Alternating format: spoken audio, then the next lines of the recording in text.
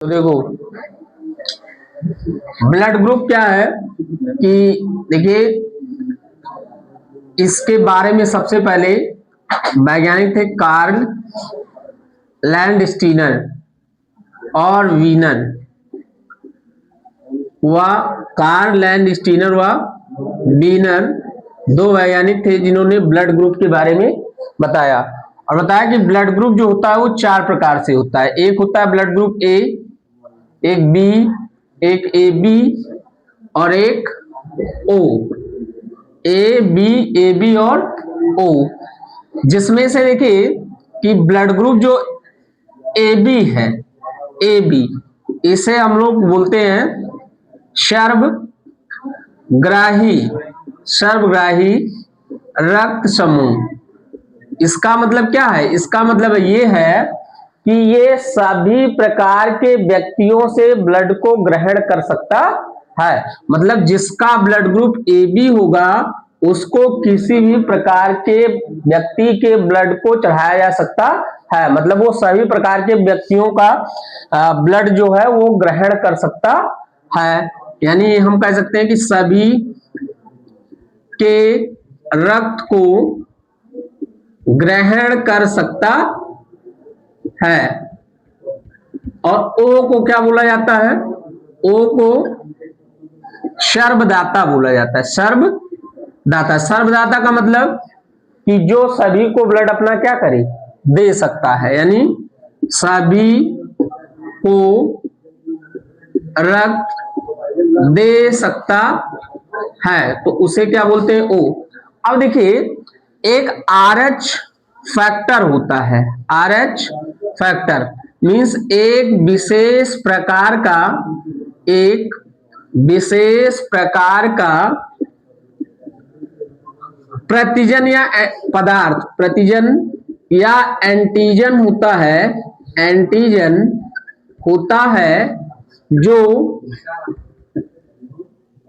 सबसे पहले रीसस बंदर के रक्त में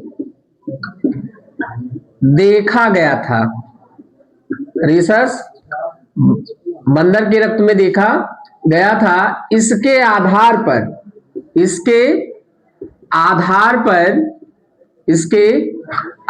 पर व्यक्ति के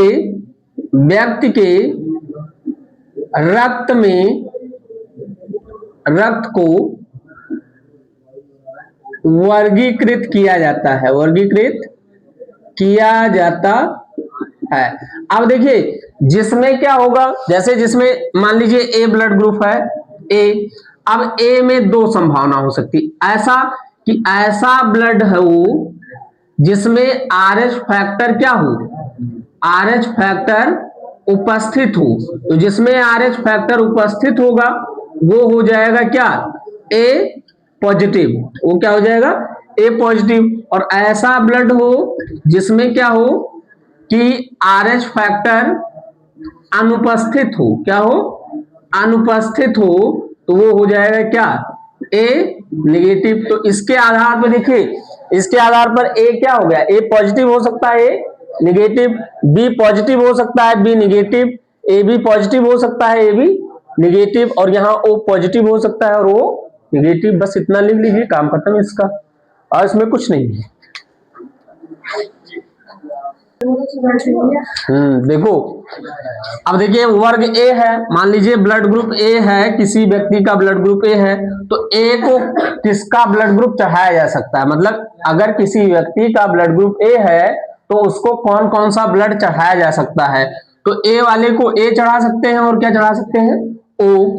बी वाले को, अगर किसी व्यक्ति का ब्लड ग्रुप बी है तो उसको हम बी वाला ब्लड ग्रुप दे सकते हैं, यानी बी वाला रक्त चढ़ा सकते हैं, और ओ वाला चढ़ा सकते हैं। अगर किसी व्यक्ति का ब्लड ग्रुप क्या है, ए बी है, तो उसको हम लोग क्या कर सकते हैं कि ए का ब्लड ग्रुप दे सकते हैं, बी वाला ब्लड ग्रुप का रक्त चढ़ा सकते हैं, ए बी वाला भी चढ़ा सकते हैं, ओ वाला।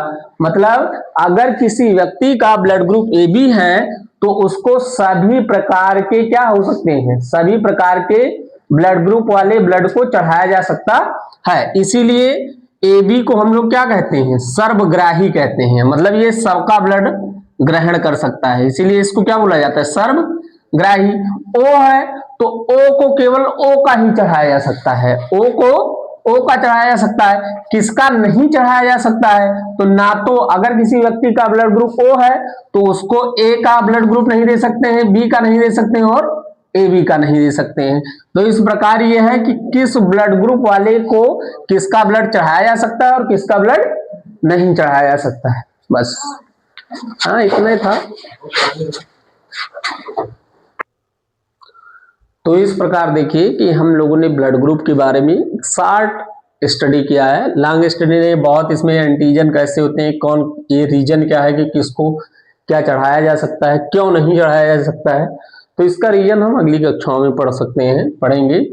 अभी इतना ही कि किसको कौन सा ब्लड ग्रुप कितना होता है, किसको चढ़ाया जा सकता है, किसको नहीं चढ़ाया जा सकता है। ठीक, थैंक यू।